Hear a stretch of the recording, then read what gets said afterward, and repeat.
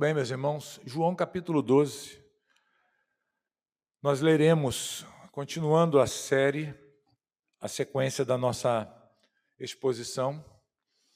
Capítulo 12 de João, a partir do verso 9. Hoje nós vamos ver aqui que o perverso plano dos sacerdotes progride. Nós já vimos que o grupo sacerdotal havia se reunido por meio do Sinédrio para matar Jesus. Eles decidiram, fizeram uma reunião, deliberaram ali a morte de Jesus. Conjecturaram e decidiram: é importante que Jesus seja morto. É importante que um morra no lugar de muitos. E hoje nós veremos aqui, na continuação desse texto, e o que se segue após aquele momento em que Jesus esteve na casa de Simão, juntamente com Lázaro, suas irmãs ali, naquele momento de comunhão, nós veremos o que se passa após esse momento. E aí, aqui no texto de hoje, nós descobriremos que esse perverso plano dos sacerdotes, ele vai progredir um pouco mais, ele vai avançar um pouco mais. Então, olhemos para o texto a partir do verso 9, que diz assim: uma numerosa multidão de judeus ficou sabendo que Jesus estava em Betânia. Eles foram até lá não só por causa dele, mas também para ver a Lázaro, a quem ele tinha ressuscitado dentre os mortos. Mas os principais sacerdotes resolveram matar também Lázaro, porque muitos dos judeus, por causa dele, voltavam crendo em Jesus. Nós vamos fazer a leitura só até aqui, queridos.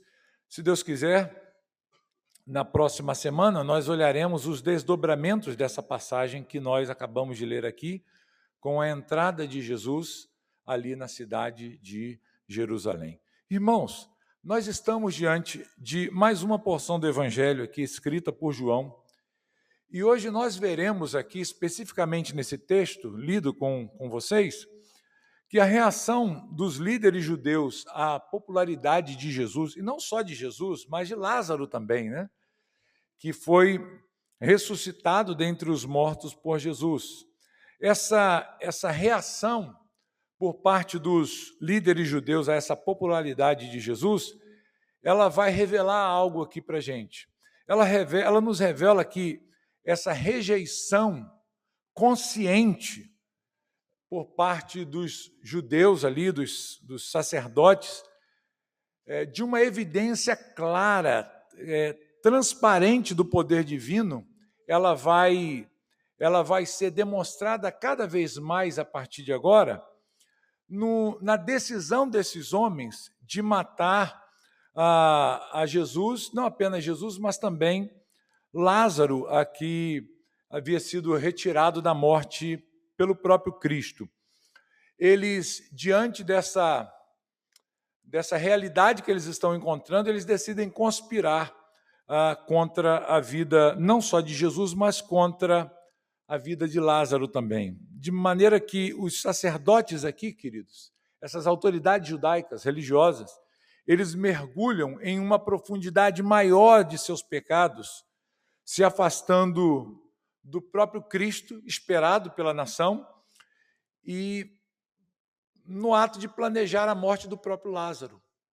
Não bastasse esse grupo de homens perversos decidirem matar o próprio Cristo, o próprio Deus, mas agora eles planejam ir adiante com as suas ações, matando também a Lázaro, silenciando também o testemunho desse homem. E aqui João tem o objetivo de mostrar para nós, queridos, a dureza que há no coração desses líderes judeus aqui, que nessa sua rejeição deliberada, eles escolhem fazer isso mesmo diante de um sinal tão claro e divino do que Jesus fez ali, ressuscitando Lázaro, que já estava 4 dias morto, mesmo diante desse sinal tão evidente, eles continuam a rejeitar a Jesus. Eles continuam na sua incredulidade. E João está querendo exatamente nos mostrar isso, quão duros de coração esses homens são aqui, o quanto eles estão decididos a descer bem profundo para levar a termo o seu plano de morte, de destruição.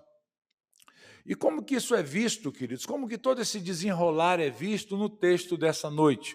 Nós lemos aqui uma porção bem pequenininha do Evangelho de João, é um trecho pequeno, simples, não há muitas dificuldades aqui no texto bíblico, praticamente nenhuma dificuldade no que diz respeito ao próprio texto em si, mas esse texto tem como objetivo aqui, claramente, nos mostrar como que esse coração perverso está agindo, como a dureza desses sacerdotes, esses líderes religiosos, está crescendo cada vez mais.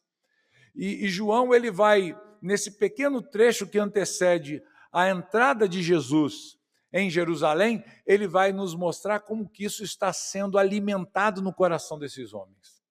E se os irmãos olharem para o texto, nós veremos que João aqui, ele nos mostra que a multidão de judeus, ela continua indo até Jesus. Ela vai até Jesus e ela continua crendo em Jesus. Esse é o grande problema aqui para esse grupo religioso. Muitos dos judeus que estavam ali em Jerusalém, pela ocasião da Páscoa, das comemorações da Páscoa, eles vão até a cidade de Betânia, que era bem próxima ali, uns 3 quilômetros mais ou menos da cidade de Jerusalém. Eles entram ali naquela aldeia porque eles descobrem que Jesus está ali. Não só Jesus, mas o próprio Lázaro, que havia sido ressuscitado por Jesus, está ali naquela cidade. E então uma multidão se reúne. Aqui é um final de sábado, nós estamos aqui já num período da semana que vai se iniciar a própria Páscoa, por assim dizer, e ao final desse dia, essa multidão, por alguma razão, ela descobre que Jesus está ali. E o que eles fazem? Eles se deslocam para a cidade de Betânia. Se os irmãos olharem e voltarem um pouquinho no texto bíblico, no capítulo 11, que foi o texto que nós vimos por último aí, no último capítulo visto, se os irmãos olharem nos versos 55 e 56, os irmãos verão aí que muitos judeus já perguntavam sobre Jesus nos preparativos da festa da Páscoa. Era um tempo em que a Páscoa seria comemorada e muitos já haviam chegado ali, e ali, então, começaram a investigar acerca de Jesus. A notícia do que Lázaro tinha recebido já tinha se espalhado. E muitas pessoas, então, vindo para a Páscoa, se preparando para esse momento, estando ali em Jerusalém, eles começam a perguntar: cadê Jesus que ressuscitou Lázaro? Cadê esse homem que fez tamanho milagre, tamanho feito, jamais visto por alguém? E eles começam a investigar e eles se perguntam: será que ele não virá Páscoa? Será que ele não virá festa? E essas pessoas, meus irmãos, elas já estão investigando a respeito de Jesus. E assim, ao serem informados aqui agora de que Jesus tinha saído da cidade de Efraim, dessa aldeia de Efraim, e se dirigido então à aldeia de Betânia para participar desse momento ali na casa de Simão com Lázaro e sua família, ao serem informados disso, eles correm para Betânia. E o texto nos dá aqui, ele tem um propósito de nos mostrar que não foram poucas pessoas indo até Jesus. É uma multidão, irmãos.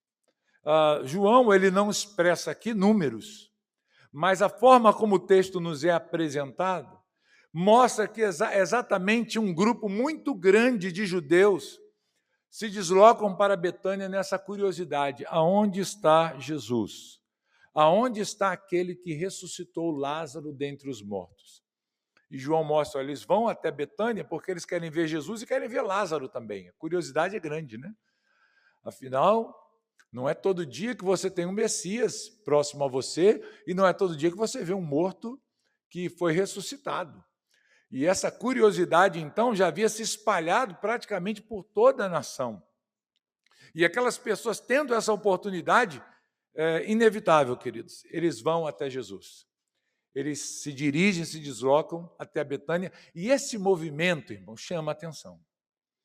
Esse movimento, essa migração para essa pequena aldeia, ela desperta a atenção da classe religiosa, desses fariseus, desses sacerdotes, essas pessoas que estavam sob o controle de toda a questão religiosa em Jerusalém. Isso lhes chama a atenção, e eles ficam atentos, isso acende um alerta neles. E diante dessa notícia de que muitas pessoas vão até Jesus, observam o que ele fez a Lázaro e ouvindo a mensagem de Jesus, João não narra o que se passa, ele não é detalhista nisso aqui, mas ele nos diz algo. Ele nos diz que essas pessoas estão crendo em Jesus. Essas pessoas, ao se dirigirem à aldeia de Betânia e terem um encontro com Jesus e terem visto Lázaro ressuscitado, vivo ali, eles voltam crendo. Eles voltam com o coração confessando a fé em Jesus. E isso, meus irmãos, desperta sentimentos ruins nos corações desses judeus aqui, que são a elite religiosa daquela época. E assim, então, nós vemos no texto que esses sacerdotes, eles decidem estender o seu plano de assassinato também a Lázaro. Eles não apenas planejam a morte de Jesus, nós já vimos isso no capítulo anterior. No capítulo 11, eles já estavam decididos a matar Jesus. Na mente deles, Jesus já é um homem morto. Mas agora, diante desse movimento de muitos judeus indo, deixando os sacerdotes, os ensinos deles, as tradições deles, e passando a seguir Jesus como mestre, Messias e Salvador de suas vidas, isso desperta uma fúria muito grande. Qual é a decisão que eles tomam? Nós vamos também matar a Lázaro. Irmãos, e aqui João tem o propósito de nos mostrar, de nos revelar a imensidão da impiedade presente no coração desses homens. Isso é assustador, não é verdade? Eles não apenas planejam matar Jesus, o Filho de Deus, mas agora eles querem também matar a Lázaro. Esses que já estavam comprometidos com a morte de Jesus, com a morte do Cristo, agora, porém, eles vão mergulhar um pouco mais. Eles vão descer a um nível ainda mais profundo na sua impiedade, na sua iniquidade, na podridão das suas iniquidades, eles vão mergulhar mais fundo. Eles vão descer ainda mais. Porque eles decidem agora acabar com a vida de Lázaro. Lázaro havia acabado de ser ressuscitado dentre os mortos, poucos dias atrás. Lázaro havia deixado a sepultura e eles já estavam dizendo, Lázaro tem que voltar para lá. Por que eles fazem isso, irmãos? João procura nos mostrar que Lázaro aqui, ele se torna para eles um inimigo. Esse é o objetivo que João procura nos mostrar aqui. Que Lázaro se torna um inimigo dessa classe sacerdotal. Ele representa uma ameaça para estes homens. Lázaro parece-lhes perigoso. Nós temos que dar um jeito nesse homem. Nós não podemos deixar que ele viva. Este homem é uma testemunha viva, literalmente, de um ato poderoso de Jesus.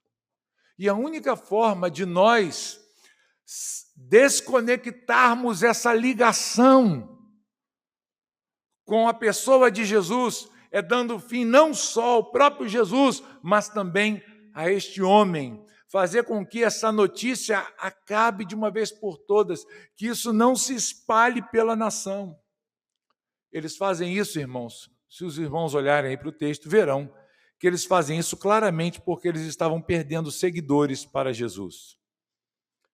As pessoas estavam deixando a posição que elas haviam assumido, seja de oposição a Jesus, ou de neutralidade.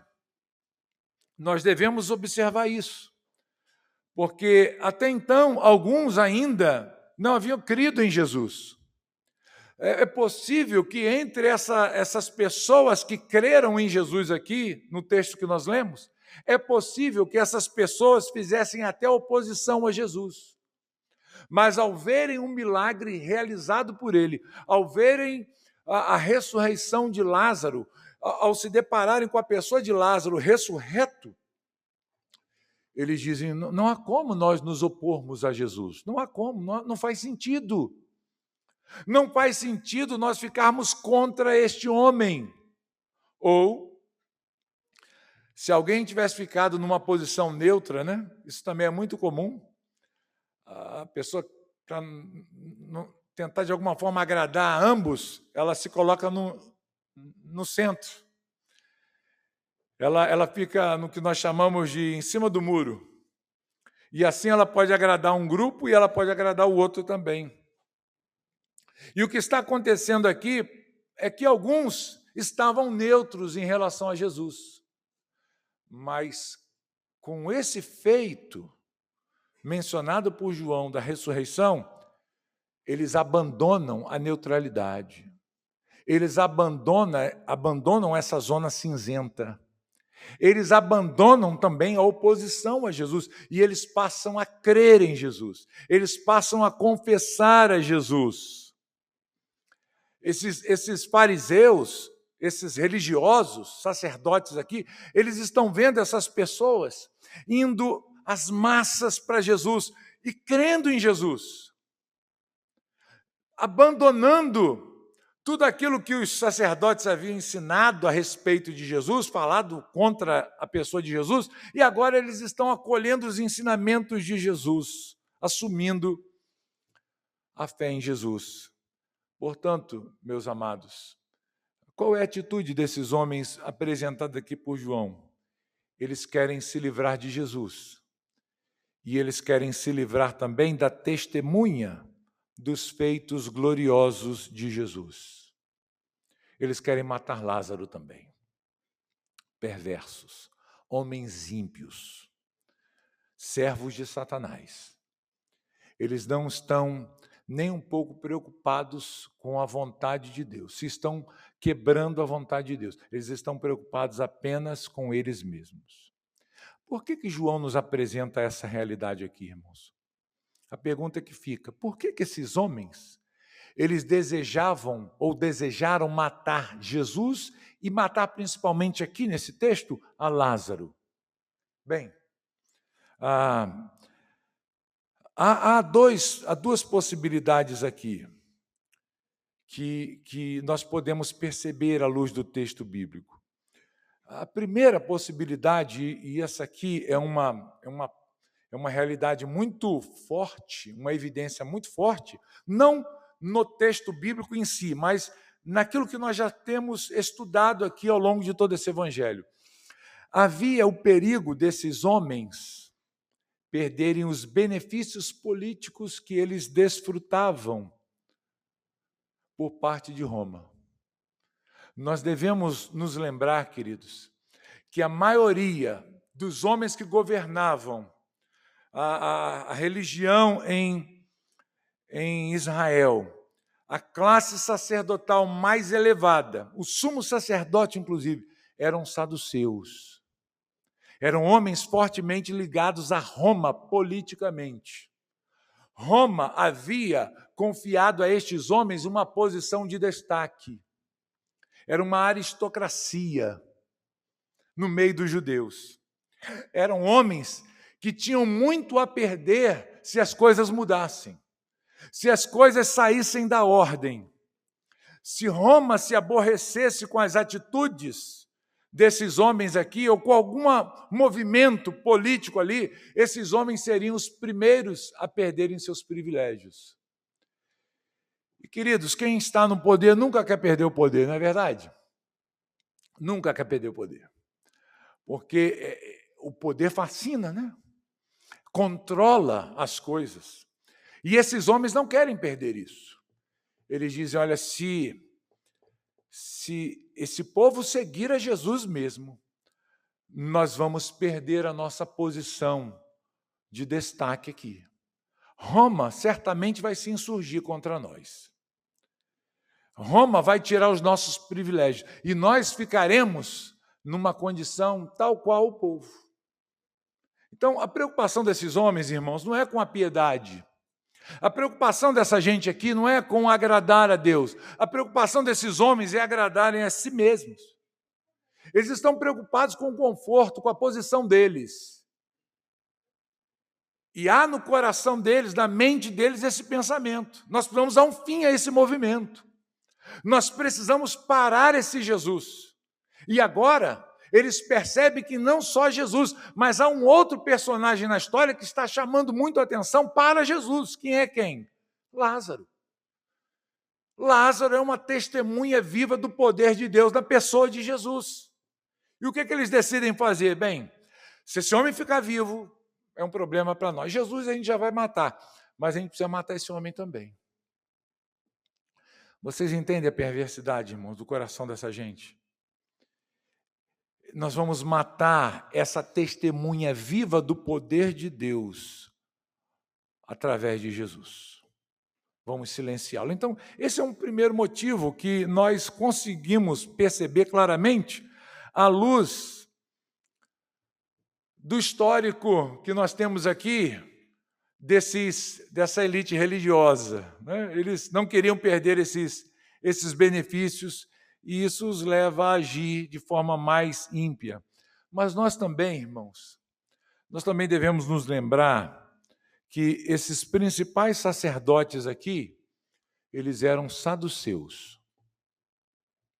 Eles eram saduceus.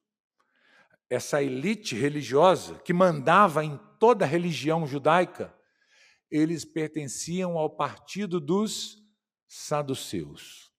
E os saduceus, alguns irmãos aqui eu acredito que já saibam disso, eles, dentre tantas coisas que eles negavam, uma delas era a ressurreição. Os saduceus não criam na ressurreição. Era algo que eles combatiam fortemente. E aí você começa a entender por que eles querem matar Lázaro, né? Porque Lázaro coloca a teologia deles no chão. Lázaro é a evidência clara diante dos olhos dele, do povo, que a ressurreição existe. Que após a vida, ainda que alguém morra, ao final ela será ressuscitada. Um dia nós compareceremos diante do Senhor. Os saduceus diziam, não, isso não existe. Morreu, acabou. A vida é aqui, é uma só e acabou. Morreu, não existe mais nada. Era isso que eles pensavam. E eles sustentavam essa teologia em Israel. Eles proclamavam abertamente esse conceito. Embora um outro partido chamado Partido dos Fariseus, que os irmãos já devem ter contato aí no texto bíblico a respeito deles, eles pensassem ao contrário, mas eles não tinham tanto poder, embora fossem maioria, eles não detinham o poder, eles não estavam na parte alta da pirâmide. Eles estavam ali pelo meio. De maneira que os saduceus, eles desfrutavam desses privilégios políticos e religiosos muito intensos. Agora, o que você faz quando você prega que não há ressurreição e as pessoas estão vendo, está diante delas um homem que ressuscitou dentre os mortos? Estava há 4 dias morto e Jesus foi lá e o ressuscitou. Como fica a teologia dessa gente? Os irmãos percebem que é bem provável que o desejo, o intento de matar a Lázaro era também para preservar a sua posição teológica. Eles também estavam lutando para defender o seu critério religioso, teológico. Eles estavam pensando, olha, Lázaro é um problema para a gente. O nosso discurso teológico vai ser arruinado enquanto esse homem estiver vivo. E a nossa autoridade diante do povo vai decair também. Porque quando você ensina uma coisa e as pessoas descobrem que o que você está ensinando é mentira, como é que o povo passa a te ver? Como um mentiroso, como uma pessoa incapaz, alguém que está ensinando a um erro. Então, olha a mente desses homens. Eles estão diante de um dilema. Eles não estão querendo se dobrar diante da verdade, eles estão endurecidos. E João está querendo nos mostrar isso, irmãos, que esses homens estão cada vez mais endurecidos. E para não perder no campo teológico, para não perder os seus privilégios, o que eles decidem fazer? Vamos matar a Jesus, quem fez o milagre, e vamos matar a testemunha do milagre. Vamos matar, vamos aniquilar a prova contra a gente. Vamos acabar com essa evidência que favorece a Lázaro, a Jesus, e nos desfavorece. O único meio que nós temos aqui é matar. Irmãos, aqui a gente percebe quão perverso está o coração dessa gente. Irmãos, esses aqui, apresentados por João a nós no texto, são aqueles que estavam conduzindo espiritualmente a nação. Você pode imaginar uma coisa dessa? As pessoas estavam sendo pastoreadas por esse tipo de gente. E aqui você percebe o quão ímpio era o coração desses homens. Não é à toa que Jesus, ele pronunciou juízo sobre esses homens. Se os irmãos olharem o Evangelho de Mateus, no capítulo 23, é um texto longo, eu não vou ler aqui, eu só estou citando para os irmãos, aqueles que tiverem curiosidade, podem ler o texto em casa. Mas não é à toa que Mateus dedica um capítulo ali inteiro para mostrar a censura de Jesus a esses homens, por causa da perversidade do coração deles. São os ais proferidos contra essa elite religiosa, porque o coração desses homens não se curvou diante da verdade, mas se endureceu cada vez mais. E o objetivo deles aqui no texto é claro: nós vamos matar a Lázaro também. Irmãos, nós não sabemos, né, se esse plano aqui se concretizou. Provavelmente não. Não há nenhuma evidência na Bíblia, ou por fora, pelo menos que eu conheça, de que eles tenham conseguido levar com sucesso esse plano de matar a Lázaro. É mais provável que não. Mas certamente havia no coração desses homens esse desejo, esse interesse aqui, essa maldade presente e profunda nesses corações. Meus amados, o texto que nós lemos e olhamos para ele aqui, ele nos mostrou que a incredulidade é um problema muito sério no coração do homem. Ela pode subjugar o homem e levar o homem a uma impiedade cada vez maior. Ela tem o poder de levar o homem a um estágio de negação da verdade, de afronta contra Deus muito profundo. O que João está procurando nos mostrar aqui, irmãos, nessas pequenas palavras, nesses pequenos versos, é que esses homens, ao invés de se dobrarem diante de Jesus, eles se endurecem cada vez mais. Nós terminamos o capítulo 11 aqui, algumas semanas atrás, e ao terminarmos esse capítulo 11, nós ficamos assustados. Como pode um homem, um povo, um grupo religioso que deveria defender a verdade que foi estabelecido na lei de Moisés para conduzir o povo de Deus, como pode esses mesmos homens, esse mesmo povo ser instrumento do diabo para matar o próprio Cristo? Planejarem a morte do próprio Jesus. Quando a gente encerra o capítulo 11, a gente fica assim, meu Deus, como eles são perversos, como eles são terríveis, como eles são incrédulos. E João abre o capítulo 12, e ele vai nos mostrar o que logo à frente? vai dizer, olha, eles não apenas querem matar Jesus, mas eles querem matar também Lázaro. Percebem, queridos, a imensidão dessa incredulidade? Eles vão se endurecendo cada vez mais. Eles não se endurecem aqui, irmãos, por falta de evidências. Não é a falta de evidências que está levando esses homens aqui a rejeitarem a Jesus, mas é pura impiedade mesmo. Pura impiedade. Esses homens presenciaram grandes milagres de Jesus. Essas pessoas viram maravilhas. Jesus deu provas claras de que ele era o Filho de Deus, que ele é o próprio Messias, ele era o Salvador daquela gente. E nós ficamos pensando como pode, mesmo assim, eles não crerem. Será que faltou alguma coisa a mais? Será que faltou Deus mostrar um pouquinho mais para eles? Não, queridos, não é falta de evidência aqui, mas é pura impiedade. É um coração duro. Assim, um coração, meus irmãos, perverso e impenitente, ele caminhará cada vez mais em iniquidade. João está nos mostrando isso. Um coração que é perverso, um coração tomado pela maldade, um coração tomado pelo pecado que não se arrepende, que não se dobra. Qual é o destino desse coração? Cada vez mais se tornar endurecido, dia após dia. Ele vai caminhar cada vez mais em iniquidade. E a gente pensa assim, bem, eles chegaram ao extremo. Não, ainda vai vir coisa pior. Virá coisa pior aqui ainda.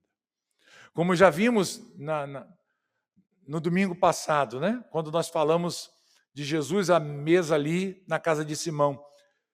A fala de Judas e João diz, olha, esse aí é que vai trair Jesus. Nós descobriremos essa realidade. Então, queridos, hoje também, da mesma forma, há homens que são assim. Não há como nós negarmos essa realidade. Há homens assim que agem da mesma forma com ameaças. Não propriamente, diretamente, a pessoa de Deus. Mas como é que eles fazem esses ataques? Eles atacam a pessoa de Deus atacando as testemunhas de Deus. Essa ofensa aqui ela é vista no ataque a Lázaro. Atacando a Lázaro, eles estão atacando a obra que Deus realizou na vida desse homem. Ainda hoje, meus irmãos, as testemunhas de Jesus, elas representam uma forte ameaça aos incrédulos, aos corações endurecidos. Há pessoas, inclusive que dizem, olha, eu não sigo a Jesus por causa do mau testemunho que eu vejo as pessoas dando. Porque elas não seguem como deveriam seguir a religião.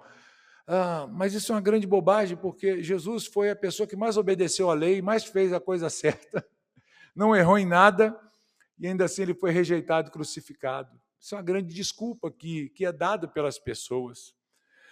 De forma que isso só mostra o caráter perverso no coração do homem moderno, tal qual havia no coração dessa gente aqui no passado.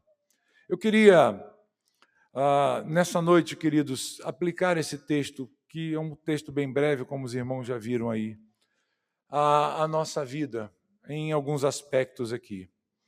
E eu queria fazer duas considerações para os irmãos, diante do texto que nós lemos. Primeiro, aqueles que conduzem outros ao Senhor, que procuram testemunhar a respeito de Cristo, falar do amor de Cristo, anunciar as boas novas. Essas pessoas sempre serão alvos dos perseguidores do Evangelho. E talvez você tenha, de alguma forma, percebido essa realidade. O mundo nunca estará satisfeito, meus irmãos, com as testemunhas de Jesus. Não podendo atacar a Jesus, não podendo silenciar a voz de Jesus, não podendo matar novamente o Cristo, eles atacam as suas testemunhas. Eles atacam os seus servos. Então não estranhe as perseguições que surgem pelo fato simples de você testemunhar a Cristo para outras pessoas. Essa é uma mensagem que João está trazendo para a gente aqui nas entrelinhas. Eu devo ter esse entendimento. Eu não posso achar que a vida cristã ela está isenta dessas ameaças. Aquele que testemunha, aquele que é uma prova viva do poder de Deus, que foi transformado pelo Senhor, que foi tirado da morte para a vida, ele sempre será alvo do ataque do diabo. E Satanás, ele não virá pessoalmente para te atacar, mas certamente ele tem seus servos para lutar contra a sua vida, para te ferir, para te perseguir, para te maltratar, para te intimidar, para zombar de você, para te escarnecer, para trazer críticas ao que você está fazendo, à sua devoção a Deus. Então, se atente a isso. Não estranhe que pelo fato de você servir a Jesus e fazer aquilo que agrada ao Senhor, você está sendo perseguido. Eu sei que no nosso país não há uma real perseguição a cristãos, né? Ela é uma perseguição leve e velada ainda por cima. Mas no mundo inteiro nós encontramos crentes sofrendo por amor a Jesus, padecendo por amor a Cristo, porque decidiram testemunhar do amor de Deus. Estão sendo silenciados. Muitos estão sendo mortos. Eu estava preparando esse esboço ao longo da semana para os irmãos aqui, e eu estava lendo uma matéria numa revista norte-americana, escrita... Ela levantou alguns dados do século passado. E foi nessa pesquisa apresentada pela revista, entre os anos 1900 a 1990, então 90 anos aí, 9 décadas, eles apuraram que cerca de 27 milhões de crentes foram mortos por causa de Jesus. É muita gente, irmãos. 27 milhões de cristãos foram mortos no século passado, até a última década, até os anos 90, início dos anos 90. Isso é assustador, irmãos. É assustador. Isso nos mostra que, embora nós não presenciamos, pelo fato de não presenciarmos no nosso dia a dia perseguições desse tipo, nós não devemos ignorar as perseguições que acontecem no mundo por causa de Jesus. Pessoas estão morrendo por causa de Cristo. Eu não sei até que ponto esse dado é verdadeiro, mas eu li que só nos dias da igreja primitiva, cerca de 6 milhões de crentes morreram. No período da igreja primitiva. É um número muito elevado. É algo muito exagerado até para os nossos, a nossa realidade. Mas vejam quantas pessoas já sofreram por causa do amor a Cristo Jesus. Então não estranhe hoje em dia se tal perseguição ela se desenvolve em alguma medida, em algum grau na sua vida. Saiba que isso faz parte do nosso serviço ao Senhor também. Aqueles que querem viver uma vida piedosa devem esperar certamente as perseguições. Nós vimos no texto aqui que Maria ela foi criticada por Judas na sua devoção ao Senhor. Foi isso que nós vimos semana passada? E agora, Lázaro está sendo ameaçado de morte por sua devoção e seu testemunho ao Senhor. Então, não espere menos Não espere, queridos, que o mundo lhe trate bem por causa do seu testemunho, da sua adoração, do seu fervor a Jesus. Nós devemos considerar essa realidade. E uma outra lição que esse texto nos ensina, queridos, é que um coração impenitente, um coração que não se dobra, que não se arrepende, mas ele segue endurecido, ele sempre se moverá, não na direção do que é bom e correto, mas ele sempre vai se mover na direção do mal, daquilo que é errado.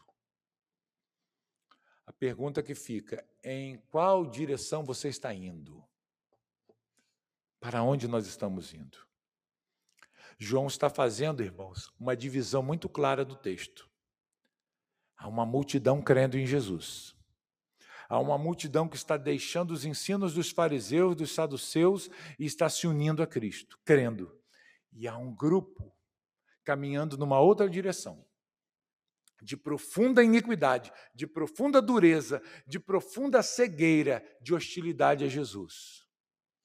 E eles prosseguem no mal. Um coração, queridos, impenitente, um coração endurecido, sempre irá se mover nessa direção. Que o seu coração, que o nosso coração nunca se volte para esse lado. Que Deus nos dê a graça de olharmos sempre para Cristo. Que Deus nos dê a graça, até se preciso for, sofrermos por amor a Cristo.